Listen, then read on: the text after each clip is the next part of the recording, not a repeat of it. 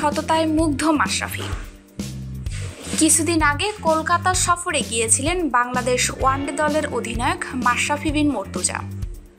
আজ বৃহস্পতিবার দেশে ফিরেছেন তিনি। দুদিন আগে কলকাতার একটি রেস্টুরেন্টে খাবার খেতে গিয়েছিলেন মাশরাফি। সেখানে ভুল করে মোবাইলটি ফেলে রেখে আসেন। এরপর রুমে এসে যখন দেখেন নিজের সেলফোনটি নেই, সঙ্গে সঙ্গে নিজের নাম্বারে কল দিলেন। যদিও মোবাইল ফেরত পাওয়ার ব্যাপারে অতটা আশাবাদী ছিলেন না মাশরাফি, তবুও মনে মনে ভাবছিলেন যদি কোনো সৎ ব্যক্তি পেয়ে থাকে মোবাইলটা। ফোন বাজতেই অপর প্রান্ত থেকে এক ভদ্রলোক ফোন রিসিভ করে বললেন আর বিস্তারিত জানতে চাইলেন মোবাইলের ব্যাপারে।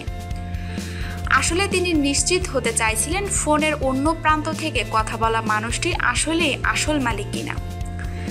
তাই তিনি মাশরাফির কাছে জানতে চান কোন রেস্টুরেন্টে ফোনটি হারিয়েছিল এবং কোথায় রেখে এসেছিলেন ফোনটি।